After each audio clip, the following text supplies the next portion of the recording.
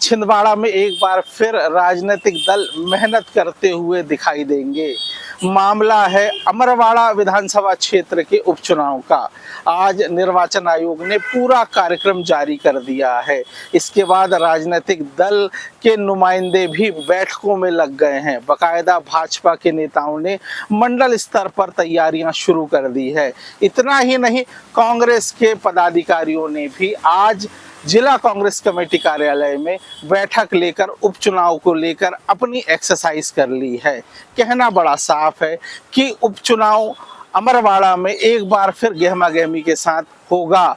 लोकसभा चुनाव के दौरान कांग्रेस के चुनाव चिन्ह पर चुनाव जीत कर आए कमलेश शाह ने कांग्रेस की प्राथमिक सदस्यता से इस्तीफा दिया था और भारतीय जनता पार्टी का दामन थाम लिया था। इसके बाद ही उपचुनाव होना है, यह राजनीतिक दलों को पता था, लेकिन लोकसभा चुनाव के परिणाम आने के तत्काल बाद तुरंत कार्यक्रम जिस तरह से आया है, यह राजनीतिक दलों के लोगों के लिए भी थोड़ा आश्चर्य पर पड़ने वाला है। लेकिन राजनीतिक दलों ने तैयारी को लेकर अपनी कमर कस ली है।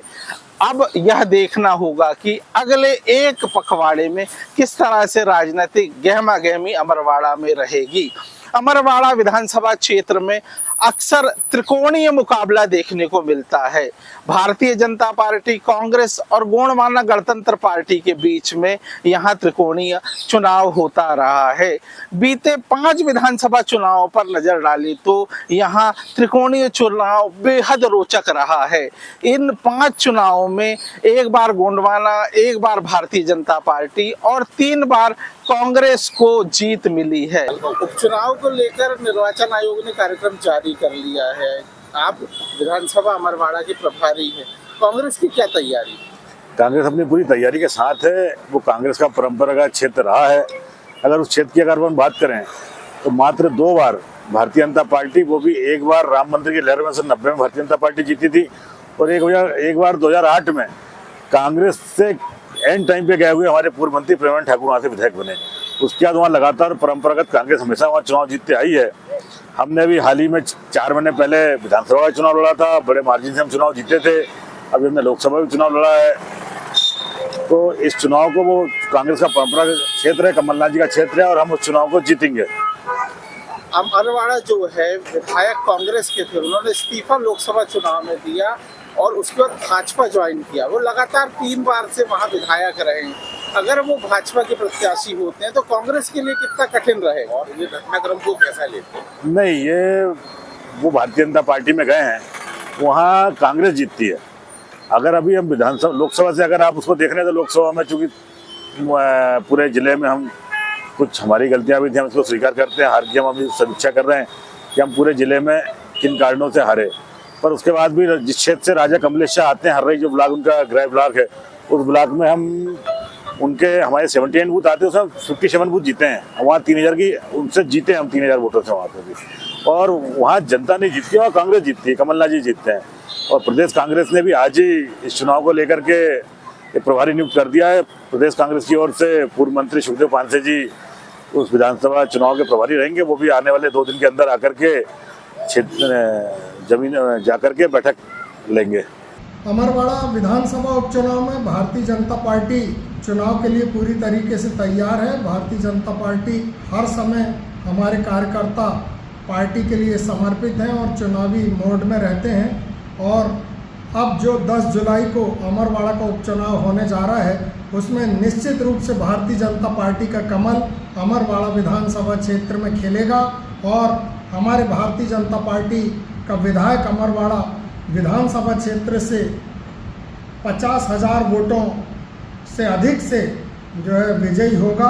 इसमें कोई संदेह नहीं है। पूरी पार्टी एकजुटता के साथ हमारे यशस्वी प्रधानमंत्री नरेंद्र मोदी जी, हमारे मुख्यमंत्री आदरणीय मोहन यादव जी, हमारे नवनिर्वाचित सांसद विवेक बंटी साहू जी, हमारे प्रदेश के शुभंकर अध्यक्ष विष्णुदत्त शर्मा जी के नेतृत्व में हम पूरी दमखम के साथ लड़ेंगे और 50,000 से अधिक वोटों से हम विधानसभा का 10 जुलाई को होने वाला उपचुनाव जीतेंगे और हमारा विधायक निर्वाचित होगा, भारतीय जनता पार्टी का विधायक होगा।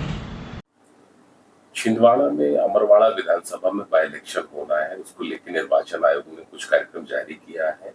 क्या कार्यक्रम है और आचार संहिता संबंधित नियम थोड़े आप बता दीजिए। भारत निर्वाचन आयोग द्वारा आज अमरवाड़ा जो विधानसभा क्षेत्र है उसके लिए निर्वाचन कार्यक्रम घोषित कर दिया है। तो आज से ही निर्वाचन की घोषणा के बाद आदर्श आचरण संहिता अमरवाड़ा विधानसभा क्षेत्र में लागू हो गई, क्योंकि छिंदवाड़ा जिले में छिंदवाड़ा एक नगर निगम उपलब्ध है। तो भारत निर्वाचन आयोग का नियम है कि अगर किसी जिले में नगर निगम है तो वहाँ पर आदर्श आचरण संहिता केवल उसी असेंबली सेगमेंट में होगी जहाँ पर चुनाव है। तो यहाँ अमरवाड़ा विधानसभा क्षेत्र जहाँ पर निर्वाचन है वहाँ पर आदर्श आचरण संहिता लागू रहेगी। कार्यक्रम इस प्रकार रहेगा, 14 तारीख को नोटिफिकेशन होगा और उसी दिन से नामनिर्देशन पत्र लिए जाना प्रारंभ हो जाएगा। 21 तारीख नामनिर्देशन पत्र प्राप्त करने की आखिरी तारीख है और उसके बाद बाकी प्रोग्राम जो हैं उसके अकॉर्डिंगली जो आयोग ने जारी किया है वो कुछ इस प्रकार से हैं। 24 तारीख तक स्क्रूटनी है और 26 तारीख है लास्ट डेट ऑफ विथड्रॉल और चुनाव की तारीख है 10 जुलाई। 13 तारीख को काउंटिंग होगी। इस तरह से कार्यक्रम भारत निर्वाचन आयोग द्वारा जारी किया गया है। कहना बड़ा साफ है कि सभी दलों को, प्रत्याशियों को कहीं ना कहीं अमरवाड़ा की जनता ने मौका दिया है, इसलिए अमरवाड़ा का उपचुनाव बेहद गहमा गहमी भरा होगा।